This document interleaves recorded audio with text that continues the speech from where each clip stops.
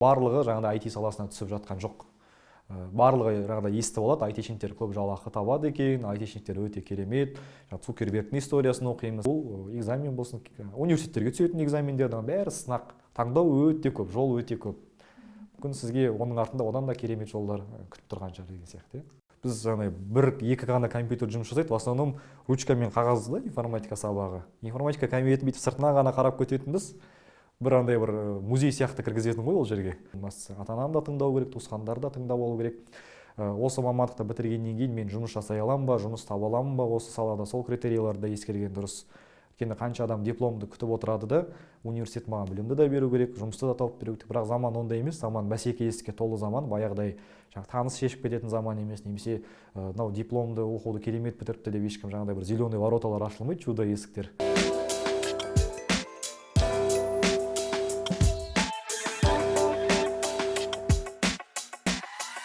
Достар, сәлем. Эфирде жасөспірімдердің көкейіндегі сұрақтарға жауап іздеп олардың дамуына көмектесетін Жұлдыз подкастының кезекті эпизоды эфирде. Бүгінгі тақырыбымызға көшпестен бұрын, қонағымызды таныстырмастан бұрын, ең алдыменен біздің YouTube каналымызға жазылып, алдыңғы эпизодтарға өздеріңіздің пікірлеріңізді қалдырып үлпіл басып қойыңыздар. Өйткені бұл мен үшін де, подкастың дамуы үшін де өте маңызды.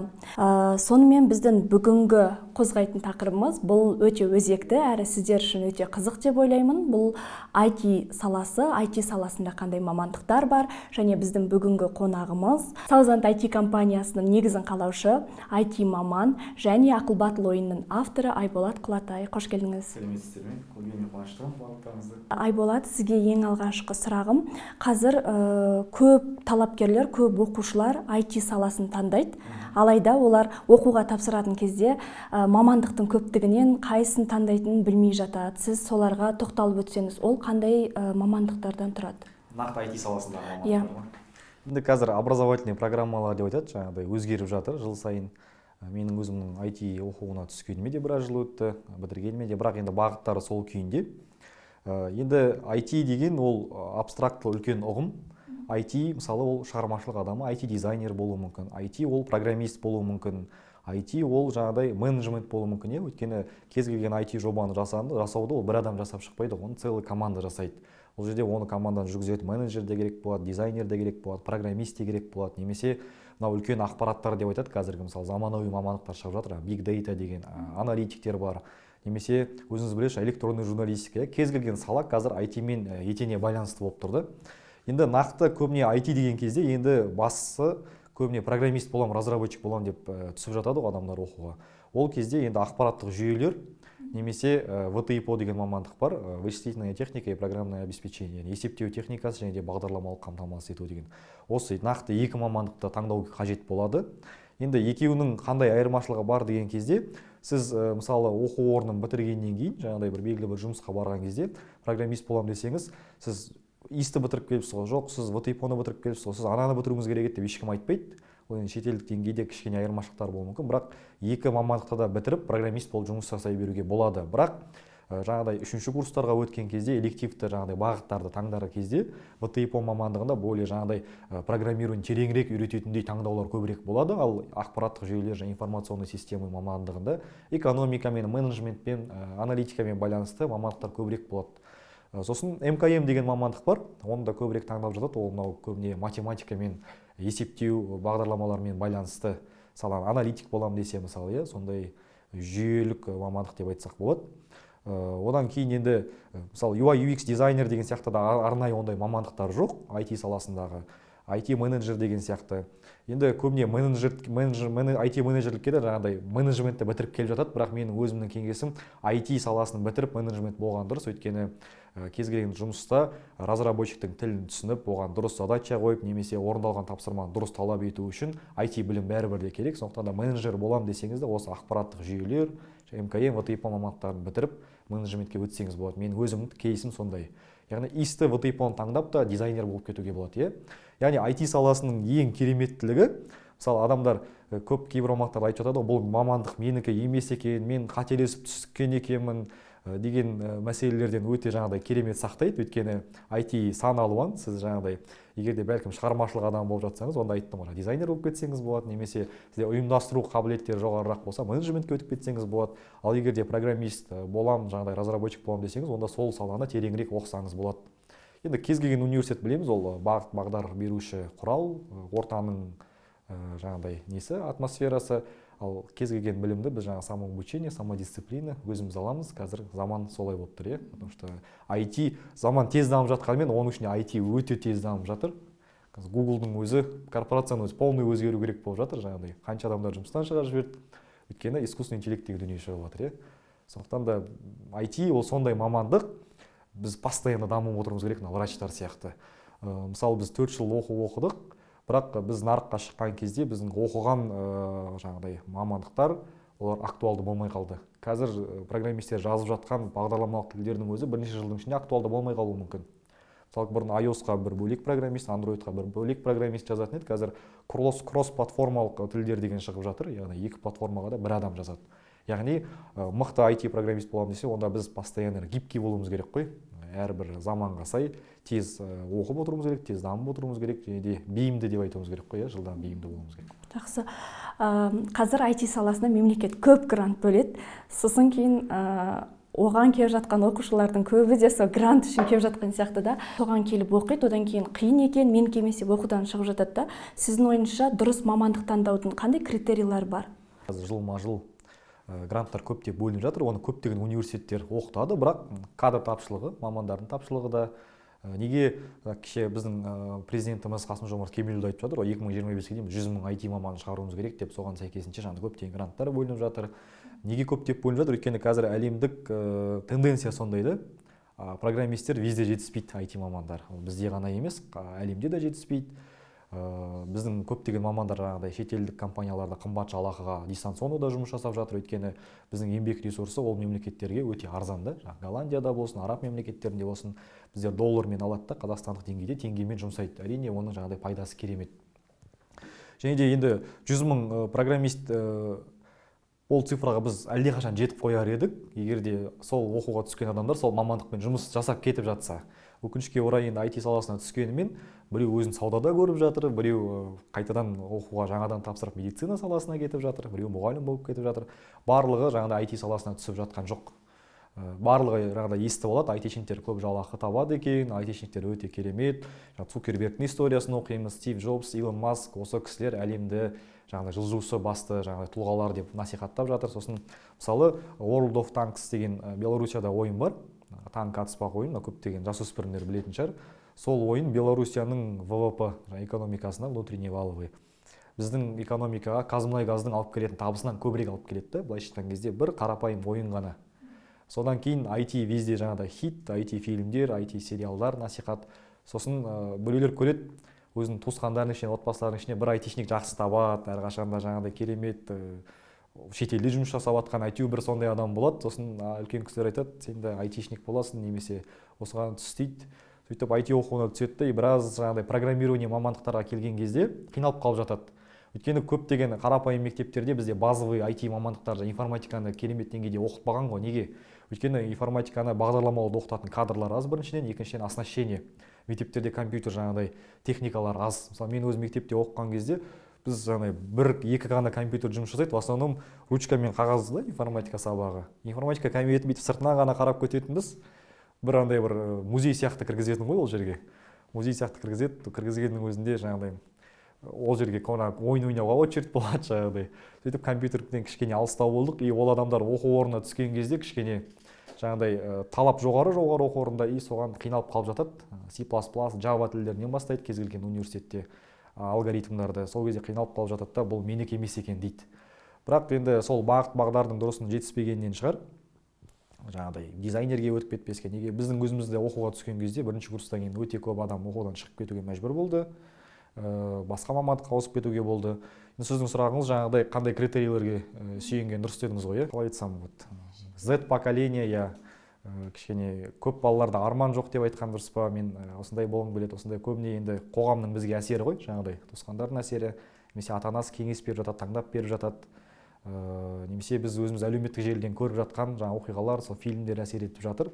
Ең бірінші енді әрине ақылды тыңдаған дұрыс, бүкіл ақпаратты тыңдаған дұрыс, бірақ түптің түбінде шешімді өзіңіз қабылдайсыз. Өйткені сіз IT-ді таңдасаңыз да, жаңа юристерге грант аз, экономистерге грант аз дегенімен жақсы юрист табу всегда қиын, жақсы экономист табу қиын. Мықты сантехник болсаңыз да, кез келген саланың мықты маманы болу, сондықтан грант аз, грант көп деген емес. Сіз нақты өзіңіз қабілетіңіз неге көбірек келеді, қай сала сізге көбірек ұнайды, қай салада сіз более жаңағыдай енді адам сүйіп айналысқаннан кейін ол уақыттың қалай өтіп кеткенін де байқамай қалады. Сондай потоки деп айтады ол состояние. Сондай состояниеге түсу үшін жаңағыдай қандай мамандық таңдаған дұрыс. Енді ол біздің кезімізде таңдау қиындау еді. Қазіргі балалардың телефон бар, компьютер бар, интернет бар. Олар көбірек біледі деп айтсақ болады. Егер де осы подкасттың аудиториясы 14-15 жасар балалар болса, енді олар көпті көрген балалар. Біздің кезіміздегі 14-15 жасар балалар деп айта алмаймыз. Олар көп ақпаратты біледі. Сондықтан да сол көп ақпараттың ішінен дұрысын таңдап алу ғой, дұрыс мамандық таңдап алу, хладнокровно болу керек. Енді ең бастысы ата-ананы да тыңдау керек, туысқандарды да тыңдап алу керек. Осы мамандықты бітіргеннен кейін мен жұмыс жасай аламын ба, жұмыс таба аламын ба осы салада, сол критерияларды ескерген дұрыс. Өйткені қанша адам дипломды күтіп отырады да, университет маған білімді де беру керек, жұмысты да тауып беру керек. Бірақ заман ондай емес, заман бәсекелестікке толы заман, баяғыдай таныс шешіп кететін заман емес, немесе мынау дипломды оқуды керемет бітіріпті деп ешкім жаңағыдай бір зеленый вороталар ашылмайды, чудо есіктер. Сізге любой жерде практика сұрайды, кейс сұрайды. Сондықтан да студенттік кезде оқу, жеке тәжірибе, практика, стажировка көп студенттерді түсінеді. Ал студенттік кезде ұнамайтын жұмысты қалай істейсіз? Сондықтан да өзіңізге ұнайтын саланы, ұнайтын жұмысты таңдаған дұрыс. Юрист болсаңыз да, экономист болсаңыз да, IT трендте көп айтишниктер керек, бірақ ол сіздің мамандығыңыз ба? Соны істейміз. Түсінікті. Одан кейін сіз жаңа айтып қалдыңыз ғой, барлығы ойлайды деп айтишниктардың жалақысы миллионнан аса алады деген сияқты, қыздар айтишник бола алмайды деген сияқты да мифтер бар. Одан бөлек тағы да сізге сондай қандай жиі сұрақтар қойылып жатады? Енді айтишниктер расымен де жақсы табады. Шетелдік компанияларда жұмыс жасағандықтан көбі неге шетелдік компаниялар істеп жатады? Өйткені біз қазақстандық компаниялар условия создавать ету тұрғысынан үлкен шетелдік компаниялармен жаңағыда неге бәсекеге түсе алмайды. Әсіресе ол мынау карантиннен кейінгі болған жағдай, дистанционный работа дейді, удаленно. Сол формат өте жаңағыдай танымал болып кетті. Одан кейін қыз балалар жаңағыдай, мен өзіме де жекеме келетін дұрыс айтасыз, сондай сұрақтар болады. Қыз балалар программист бола ма? Қызымызды ата-аналар жазады.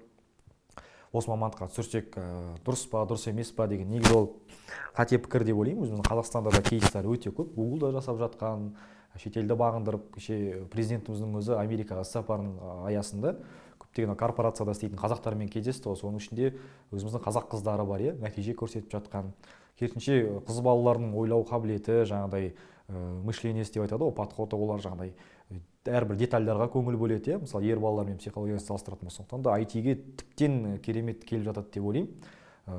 Үлкен корпорация. Сосын мынау ескеретін болсақ, IT программированиен жалпы компьютерді ме или ең бірінші программист деп айтады, ең бірінші программист Ада Лавлейс деген, ол тоже қыз бала болған тарихта. Сол факторды ескере кеткен дұрыс. Қыз балалар неге болмайды? Әрине болады қыз балалар.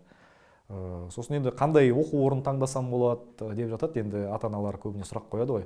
Оқу орындары қазір IT-ді кез келген университет оқытады, региондарда да оқытады. Мәселе сапасында болып тұр, өйткені дәл сол кадрға мәселесіне, өйткені әсіресе сол региондағы, даже Алматы, Астанада болса да өзге мемлекеттік вуздарды IT саласын бітірген адамдар жұмыс таппай жатады. Сол енді практиканың несінің болмағанының кесірінен деп ойлаймын, жаңа кадрлардың жетіспеушілігі.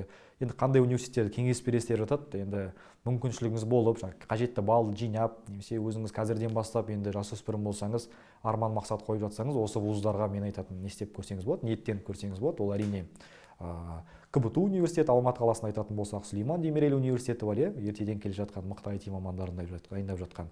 Сосын жаңа халықаралық ақпараттық технологиялар университеті, МУИТ деп айтып жатады. Сол университетті кеңес беремін. Астанаға келетін болсақ, ол Астана IT университеті ашылды. Оның бір артықшылығы 3 жылдық білім. Өйткені қазір IT саласы өте жылдам дамып жатыр. Бағана айттым ғой, кейбір оқыған технологиялар не актуалды емес нарыққа шыққан кезде. Сондықтан олар триместр деп қысқартып, 3 жылдық программа дейді. Енді бәлкім 2 жылдық программаға дейін қысқарып қалуы мүмкін. Онлайн университеттер ашылып жатыр көптеп. Астанада сосын Назарбаев университеті бар, компьютер сайенс мамандығында керемет мамандар дайындайды. Сосын шетелде де мүмкіншіліктер өте көп. Қазір қаншама жасөспірімдер Италияға түсіп жатыр, Ресей оқу орындарына, Чехия болсын, Латвия болсын. сол жаңағы оқу орындары бойынша өте көп сұрақтар келеді. Бағыт бағдарын да беріп жатамын жаңағыдай. Стартап хакатондарға қатысыңыздар, анаған қатысыңыздар деп. Өйткені айтишник деген ол тек қана мынау халықтың образында да солай қалыптасып қалған, компьютердің алдында отыратын, жаңағы скучный, сөйлеспейтін, ешкіммен байланыс орнатпайтын адам деген сияқты. Бірақ жақсы айтишник деген кім ол? Мысалы, егер де жұмыс беруші адам немесе как работодатель ретінде қарайтын болсам, жақсы айтишник деген адам ол тек қана программировать ете алатын профессионал ғана емес, оның софт скиллдарда қатар дамыған. Ол тілді білетін адам, бірнеше тілді меңгерген, өзінің командалық жұмыс болғаннан кейін командаластарымен ортақ мәмілеге келе алатын адам, байланыс орната алатын адам, өзінің задачасын, жаңағы сроктарын өзі қойып, бекітіп, уақытысында жаңағыдай тапсырып, және де оны қорғай біле алатын адам, сондықтан ол коммуникациялық қабілеттері ерекше болу керек. Кез келген жұмысқа тұрар кезде IT мамандардың мына мықты программистке дегенге қарағанда, осы адаммен мен жұмыс жасай аламын, осы адаммен мен нәтижелі жұмыстар жаңағыдай көрсете аламын деп, командный игрок, командалық ойыншыны іздеп жатады. Сондықтан да жақсы IT маман деген осы. Осындай көптеген сұрақтар қойылады, блогымда да жауап беріп жатамын. Мынандай деп ойлайды ғой көбісі, айтишник болу үшін математиканы шағу керек деп. Математика базовый деңгейде ол кез келген адамға керек, есептей білу енді. Қазір калькуляторда бар, не да бар, бірақ енді математика мен физиканың барлық қағидалары мен формулаларын жатқа білу керек деген қағида ереже жоқ. Енді математика ол всегда біз қалай айтсақ, кез келген салада ойлауға, ұшқыр болуға бізді жетелейді ғой. Бірақ айтишник болу үшін ең бірінші керек қабілет ол логика. Астарлы жаңағыдай қалай қисынды ойлау ма, критикалық ойлау мышлениесі өте важно, маңызды. Логика дамыту үшін жаңағы жасөспірімдерде, кішкентай балаларда ерте кезден жаңағыдай шахмат ойындары бар, әртүрлі жаңағыдай есептер, логикалық есептерді шешіп, кружоктарға беріп ата-аналар солай дағдысын дамытса болады.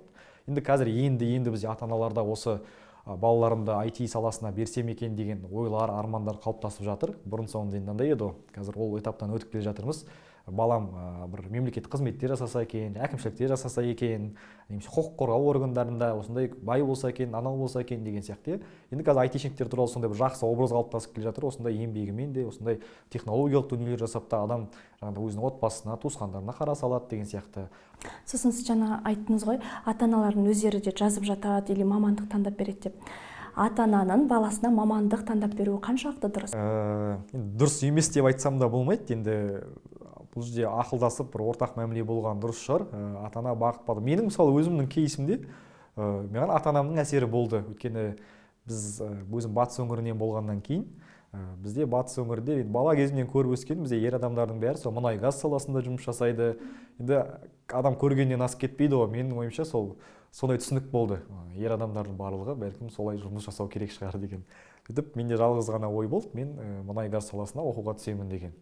Сөйтіп арман қуып Алматыға жаңағы Қазақ-Британ техникалық университетіне келдім. Өзім оқуым тәмамдап жақсы нәтижемен. Бірақ сол енді тағдыр деген нәрсе бар. Грант ол жылы болмады ол мамандыққа мүлде. Сосын енді қандай университет, қандай мамандық таңдаймыз деген кезде менің IT саласына ешқандай да бір қызығушылығым болмаған, ешқашан да мүлдем байланысым да болмаған. Информатиканы да бір керемет оқыдым деп айта алмаймын. Бірақ университеттердің барын аралап жүрген кезде сол халықаралық ақпараттық технология университетіне тап болдық, барып жаңа технологиялар туралы бізге керемет консультация берді. Ол менің анама ұнап қалды. Жаңағыдай әртүрлі роботтарды көрген кезде сөйтіп, балам осы мамандық саған келетін сияқты деп жаңағыдай өзінің әсерін тигізген еді. Бірақ мен сондай бір кейстардың бірімін, повезло деп айтады ғой. Ол мамандық жаңағыдай маған ұнап кетті деген сияқты. Қазақстанда бір өзінің саласы бойынша статистика енді андай ғой. Ол статистиканы айта кеткен дұрыс шығар, жаңағыдай өз мамандығымен жұмыс жасайтын адамдар аз ғой жалпы. Ол дұрыс емес те негізі.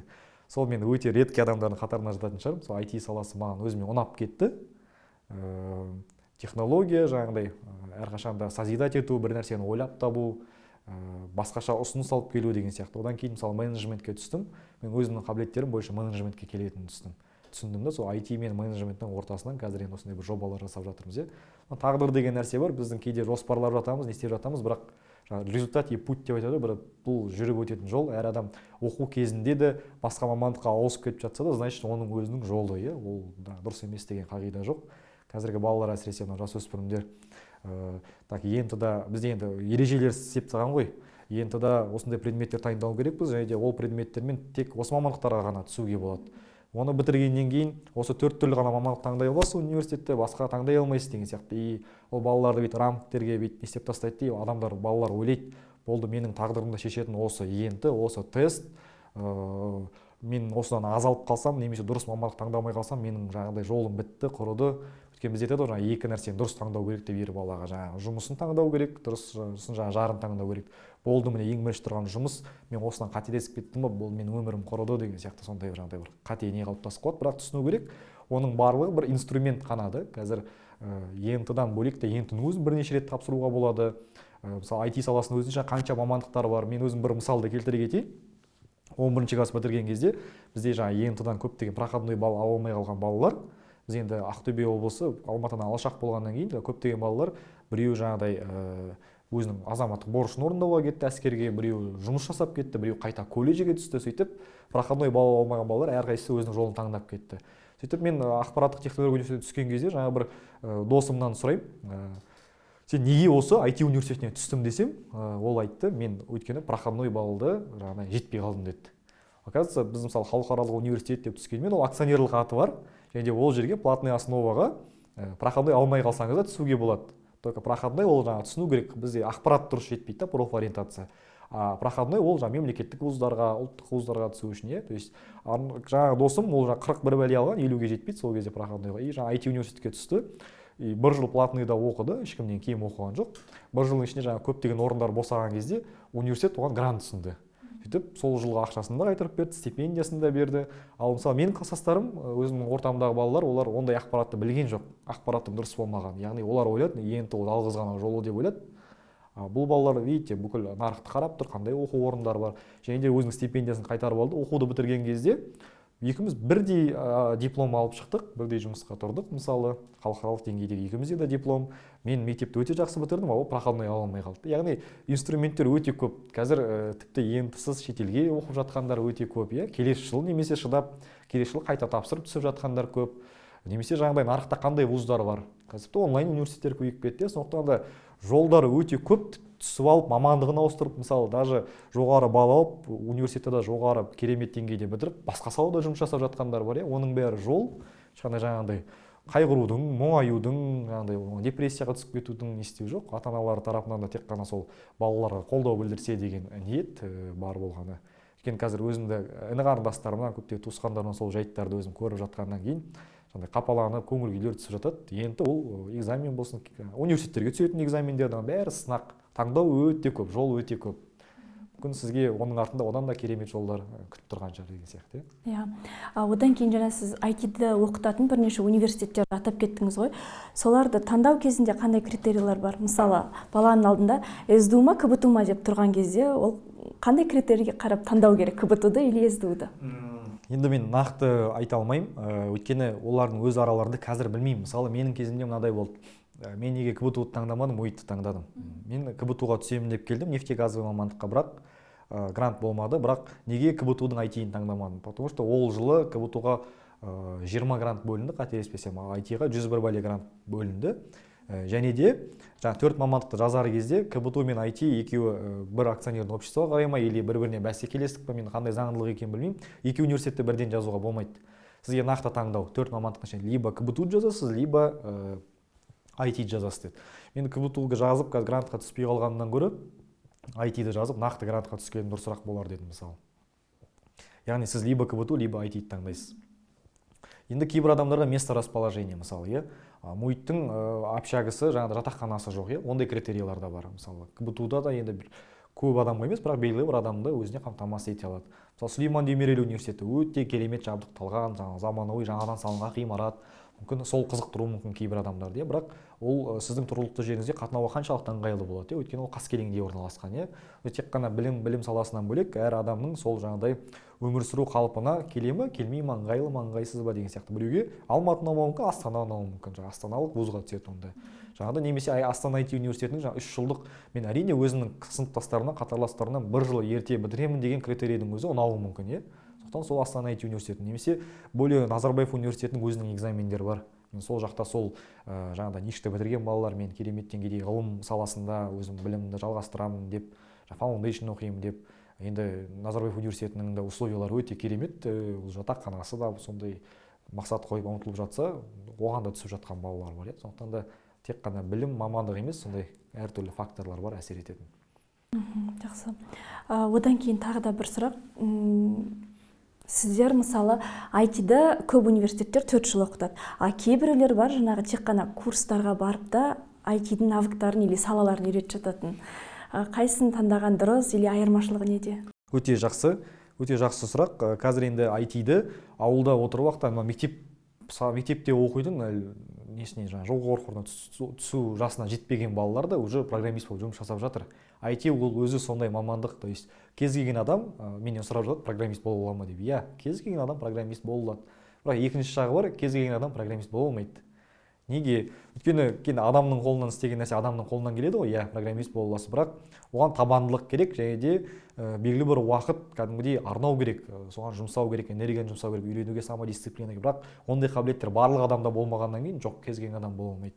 Яғни ол университетте барлық бағдарламалау тілдерін сіз керемет маман болатындай оқытып жатқан жоқ. Ол университетті түспе дегенде сөз емес. Мен кез келген адамға кеңес беремін, жоғары оқу орнына міндетті түрде түсіңіздер. Өйткені жоғары оқу орнын бітірген адам көрініп тұрады өзі.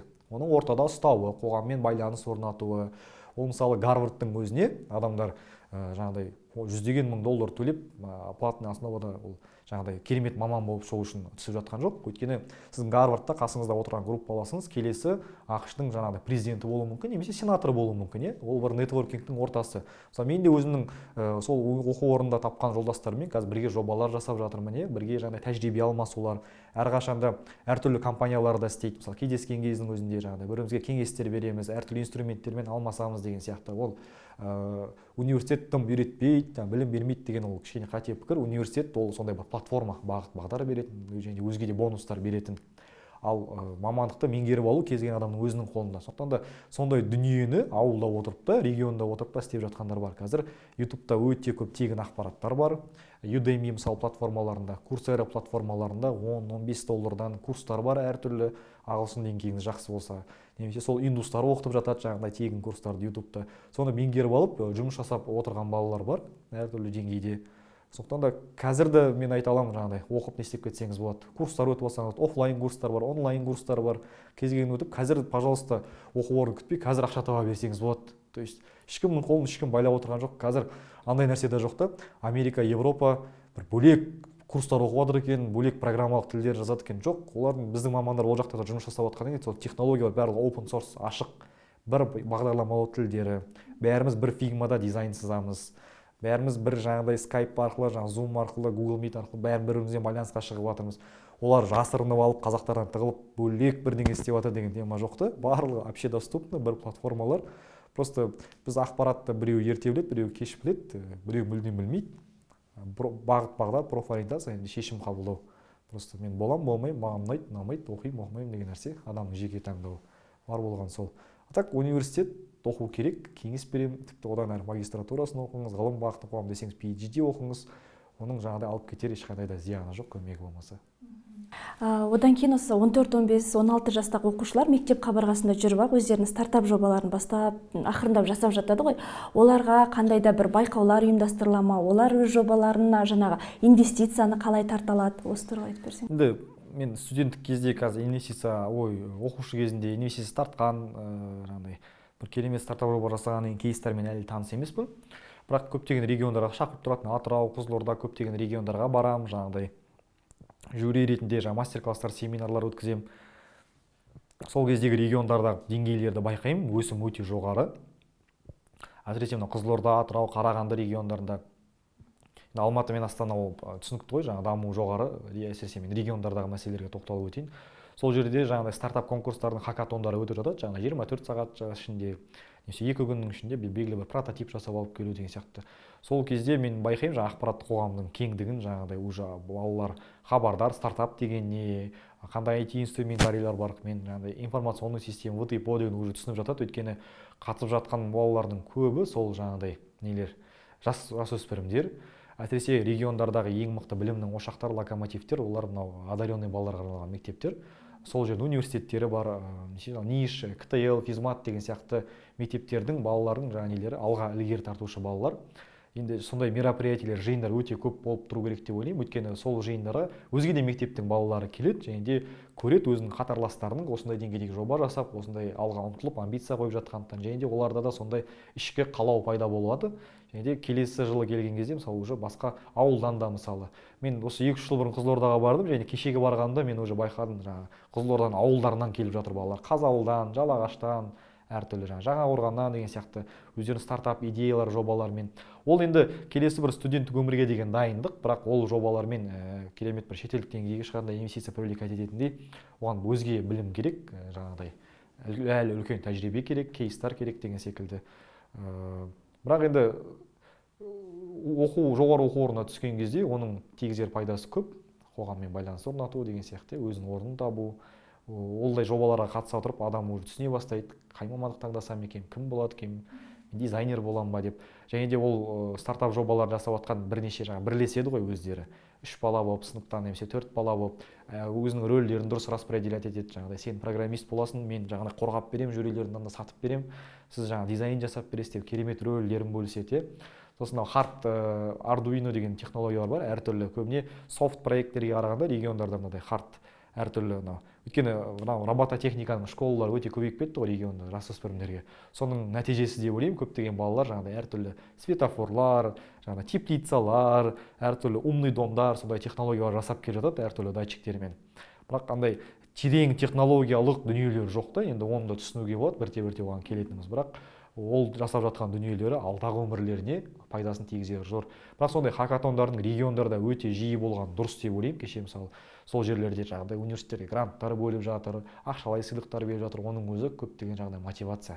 Жюрилер өзіміздің дұрыс пікірімізді айтып мотивациясын беріп жатырмыз. Ондай жобалар барлық региондарда болу керек деп ойлаймын, насихат. Тек қана Алматы мен Астана бола берсе, региондардың дамуы кішкене әлсіреп қалуы мүмкін. Сондықтан да мен өзім көретін сол бірнеше ғана регион бар активный. Өзге региондарда содан үлгі алса екен деген нелерім бар.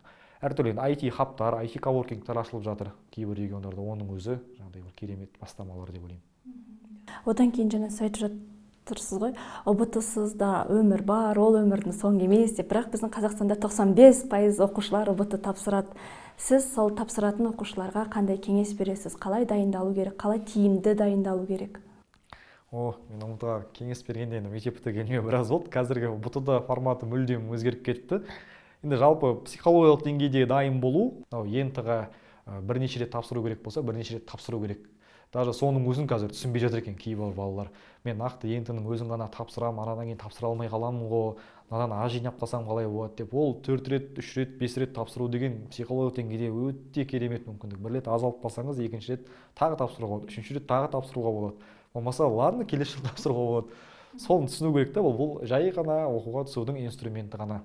Және де 11 жыл сол 11-ші класста тек қана ЕНТ-дан бөлек қоғамда қандай басқа программалар бар екен, қандай жолдары бар екен, шетелдік егерде ата-анаңыз рұқсат беріп жатса, әрине ата-анаңыздың келісімімен шетелдік вуздарға түсетін қандай программалар бар екен, немесе Қазақстандағы вуздар қайсы ЕНТ-ға қарамайды екен, немесе өздерінің экзамендеріне бірден мысалы Назарбаев университетіне жаңа JRA, әртүрлі SAT өздерінің экзаменіне бірден дайындалатын балдар бар, одаренный мектептегі. Әрине мына көп орта мектептің оқушылары ондай хабарларды білмей жатады.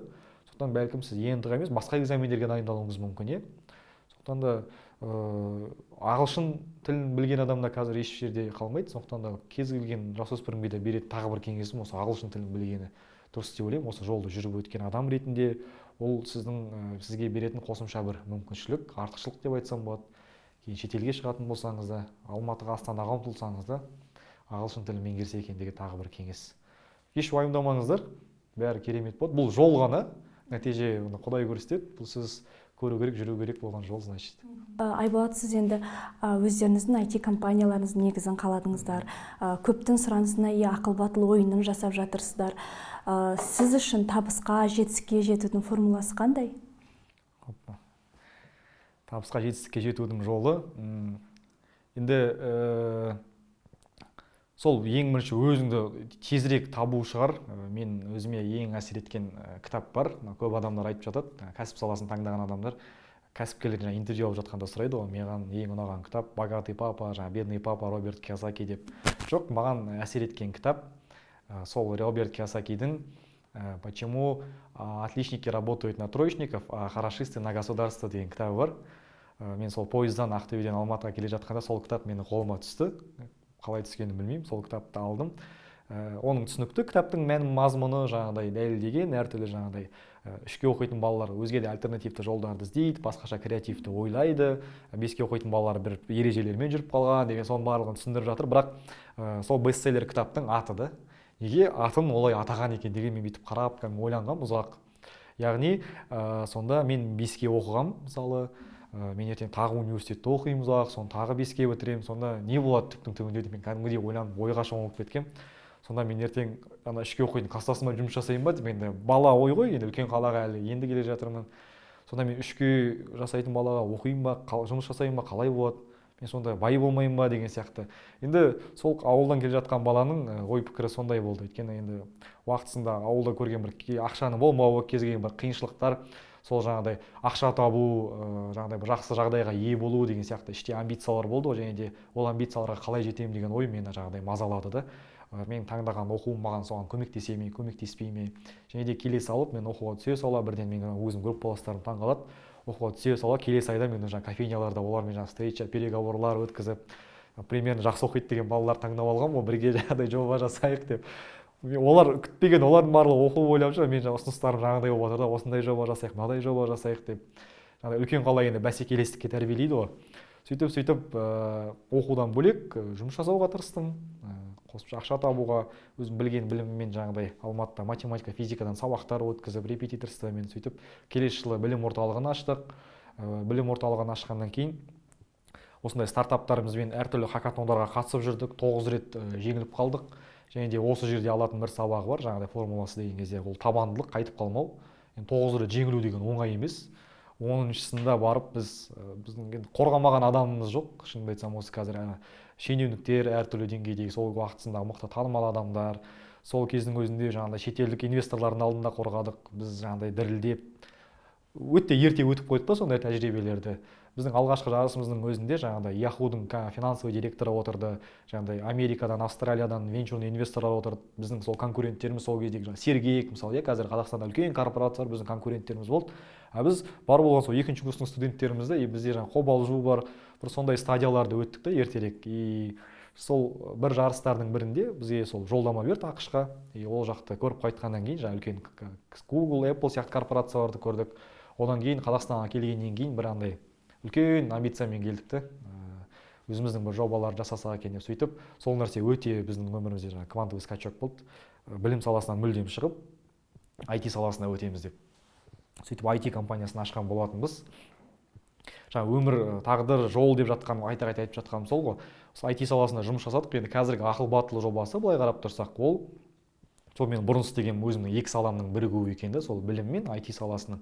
Яғни мен көп салада тәжірибем, білімім болмауы мүмкін, бірақ более-менее мен разбираться етемін, жаңағыдай хабарым бар деген осы екі сала ғана да, негізі білім және де IT.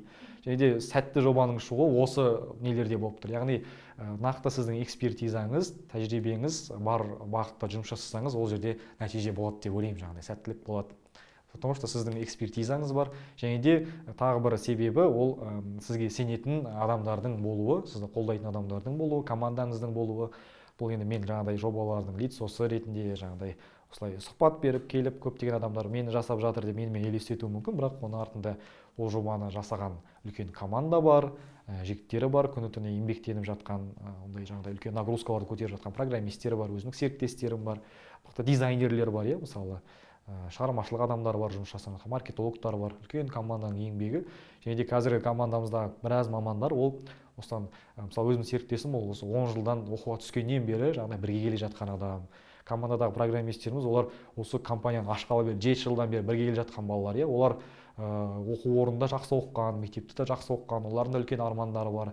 Олардың саған деген сезімін сезіну, ол үлкен жауапкершілік, яғни тек қана өзің үшін, өзіңнің жеке мақсаттарың үшін ғана емес, сол сеніп отқан адамдардың үмітін ақтау керек деген сезімді сезінген кезде сен артық демала алмайсың, жаңағыдай саған жеңілуге болмайды сол кезде. Сол бір жаңа жетістікке алып келетін бір нелер шығар. Соңғы және дәстүрлі сұрағымыз, 15 жастағы Айболатқа сіз қандай кеңес беретін едіңіз? Қандай кеңес бермеймін. Тура сол жолды жүріп өт деп айтамын. бүйткенде мен сөйтетін едім деген нәрселер менде жоқ екен, жаңағы өкініштер деп айтып жатады ғой. Сол жолды жүріп өтті деп айтамын. Енді сол кезде сол 15 жасында менің сәл өкініштер сол кезде болған еді, жаңағыдай мен осындай физмат мектебіне түссем екен, жаңағыдай қарапайым мектепте оқимын, үлкен қалада тұрсам екен деген, бірақ керісінше сол жерде болғаным, жаңағы қарапайым мектепті бітіріп та бір жетістікке жетуге болады, осындай бір дүниелер жасауға болады деген мүмкін екен. Сондықтан да ешқандай өкінішім жоқ. Дәл сол жолды жүріп өткеніме қуанамын. Ешқандай да кеңес бермеймін. Тек қана мұңайма деп айтамын, сынба деп айтамын. Бар болғаны сол. Қайта таңдау берсе, қайта IT университетіне, қазір енді керемет университеттер шығып жатыр, бағдарламалар, одан 2 жыл оқытатын университет шықса да, қайта таңдау берсе, қайтадан сол университетке, сол мамандыққа түсер едім. Көп рахмет Айболат сізге алтындай уақытыңызды бөліп келгеніңізге. Құрметті қыздар, жігіттер, болашақ студенттер, біздің бүгінгі эпизодымыз осымен тамам. Бәлкім байқап отырған шығарсыздар, мен IT-ге қатысты университетке түсуге дейінгі ғана бір жолдарды, сондай тек қана соған қатысты ғана ақпараттарды шолып өттім. Біздің қонағымыздың Instagram парақшасына кіретін болсаңыздар, өзге де көптеген IT-ге қатысты сұрақтарға жауап табатындарыңызға сенімдімін. Олай болса, бүгінгі эпизодымызды осымен аяқтаймыз. Міндетті түрде біздің арнамызға жазылыңыздар, лайк басыңыздар, пікір қалдырыңыздар. Келесі эпизодта жүздескенше, тілдескенше сау болыңыздар.